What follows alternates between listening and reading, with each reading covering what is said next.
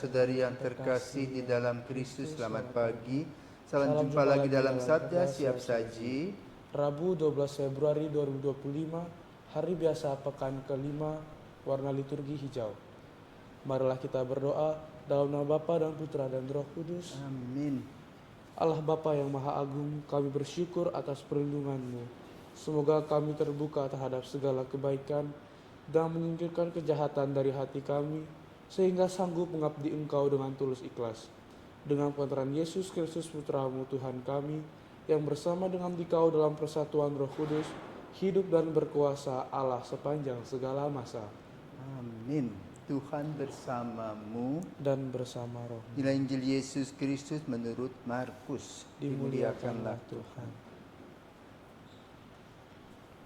Pada suatu hari Yesus memanggil orang banyak dan berkata kepada mereka, "Dengarkanlah aku dan camkanlah ini. Apapun dari luar yang masuk ke dalam seseorang tak dapat menajiskan dia.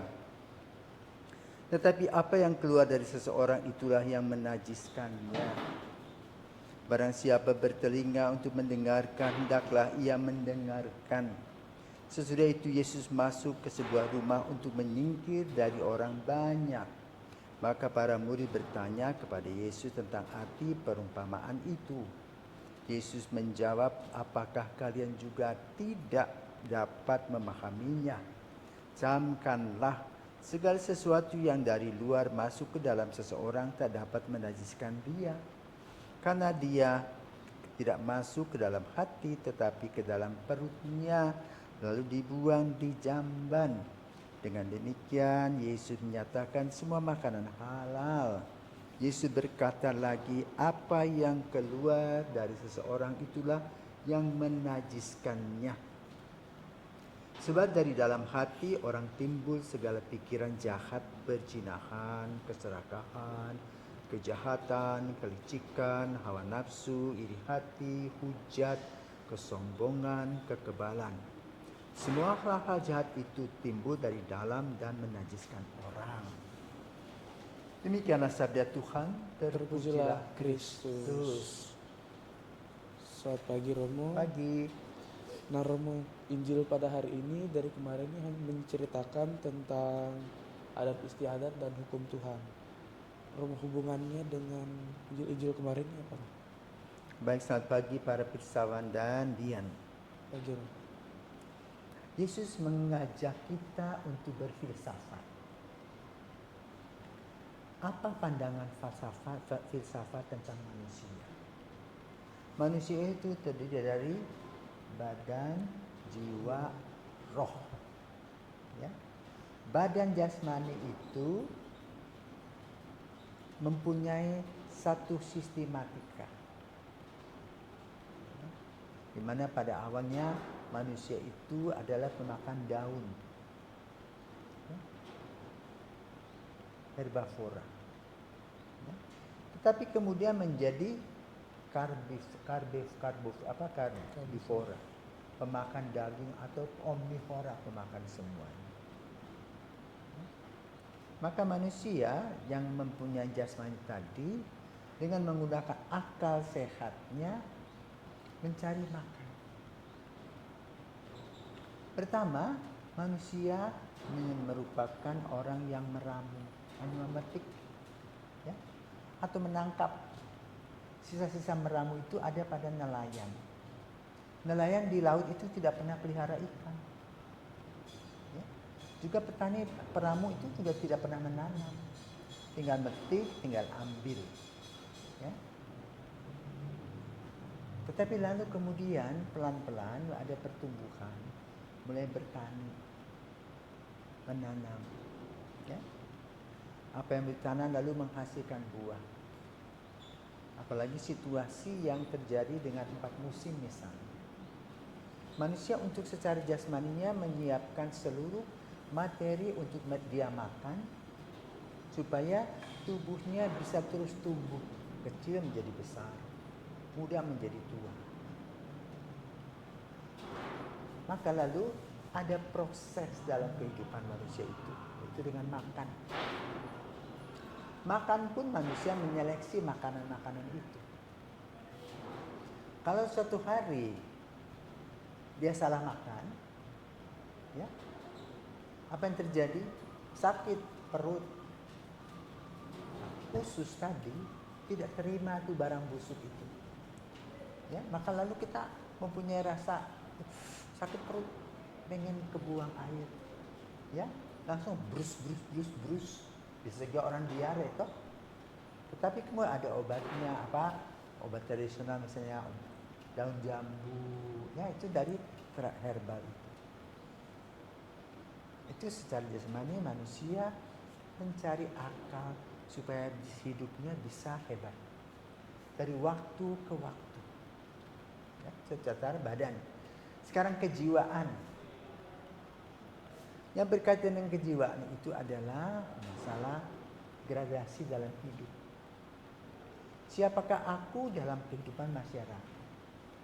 Maka di dalam tatanan hukum Musa itu ada pemimpin agama, ya, yang disebut ya, kaum Leviathan itu turun-temurun itu pemimpin agama. Ada yang ahli besi, ada yang ahli tani, ada yang seni dan sebagainya, pokoknya sendiri-sendiri. Dan status itulah yang masuk, bahkan kemudian ada juga status raja. Seorang pemimpin menjadi raja, lalu dia mempunyai kuasa yang luar biasa, tinggal tunjuk dengan jari mau ini, mau itu, mau ini, mau itu. Secara kejiwaan, secara sosiologis. Dan juga orang punya gengsi dengan jiwa itu. Makanya jangan kaget kalau ada orang stres, bisa tertawa sendiri karena masalah kejiwaan itu. Sekarang yang terakhir adalah roh. Rohani, berdasarkan kita punya pandangan, berdasarkan gereja punya pandangan, melalui refleksi kitab Kejadian, di mana Allah menciptakan dunia ini digambarkan selama 7 hari.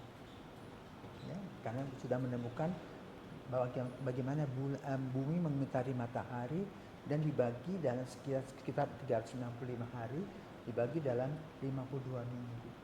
Maka ada hari Minggu, hari Senin dan sebagainya. Dan hari Minggu bagi orang Kristiani ditujukan untuk hari Tuhan, Domingo, hari Tuhan. Nah, dari karya cipta Tuhan tadi, Allah menciptakan bumi ini dengan alam semesta. Ada bebatuan, ada tanaman, ada hewan. Tetapi makhluk yang paling tinggi adalah manusia. Yang lain Tuhan mengatakan jadilah terang, jadilah batu, jadilah air, berpisah laut dan sebagainya. Tetapi untuk menciptakan manusia dalam refleksinya itu, Allah menciptakan manusia dari tanah. Kemudian dia meminjamkan nafas dengan cara menghembus. Begitu. Lalu orang hidup. Tidak ada batas waktu. Maka dalam hidup manusia adalah lahir, hidup, mati. Kembali kepada Tuhan. Tetapi lalu badan tadi dan jiwa itu pinjaman ketika kita hidup di bumi ini. Setelah kita mati, badannya busuk. Jiwanya juga sudah selesai. Tidak ada yang mayatnya terkekek, nggak ada lagi tuh. Habis dia. Tinggal sekarang roh. Roh yang Tuhan tadi hembuskan itu adalah abadi dan kekal. Ya. Karena Allah telah memberi sedikit hidup roh kepada setiap manusia. Itu abadi. Maka lalu ditempatkanlah berdasarkan iman kita roh yang tadi dihembuskan Tuhan, kemudian ditinggalkan, ya,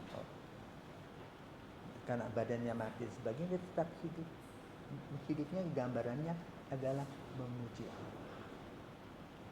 Maka manusia bertanggung jawab atas segala perjalanan hidupnya ketika ia mempunyai badan jasmani dan kejiwaan.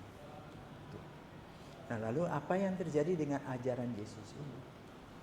Tadi dikatakan kalau kita makan, masuk perut, sakit perut, jangan.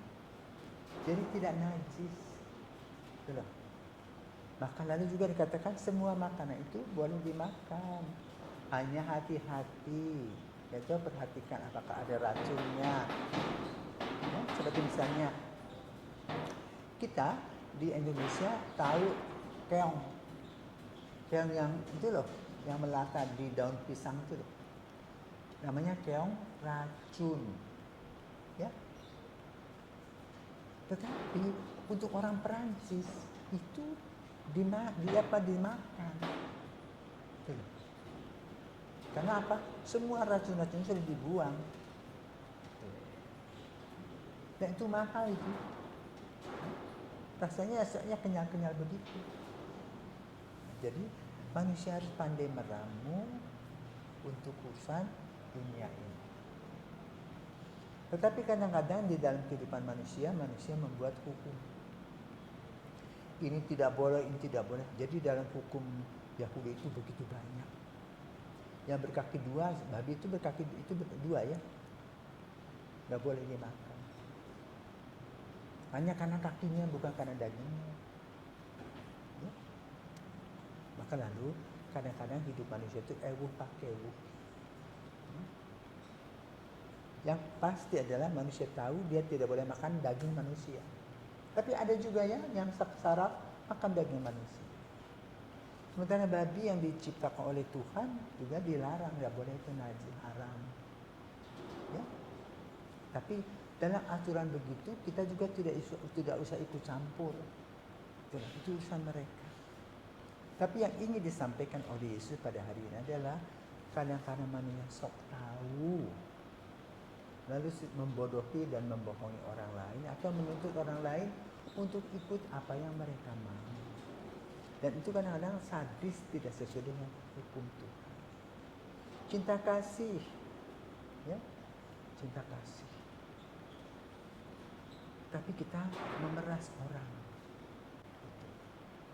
Jadi yang ada di dalam pikiran kita pengen kaya, kita pengen cepat kaya, kita merampok, kita bunuh orang, itulah kita begal orang.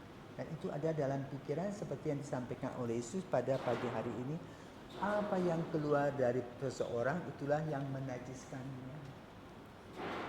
Sebab itu dari dalam hati orang timbul segala pikiran jahat, perzinahan,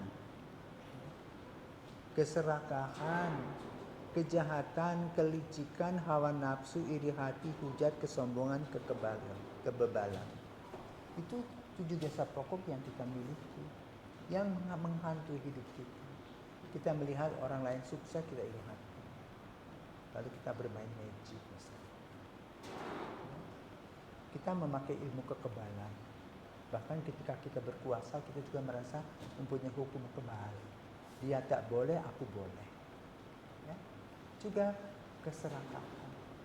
Ya, diberikan kuasa untuk memerintah, bukan untuk rakyat, tapi pada saat berkuasa itu mengeruk keuntungan untuk keluarga.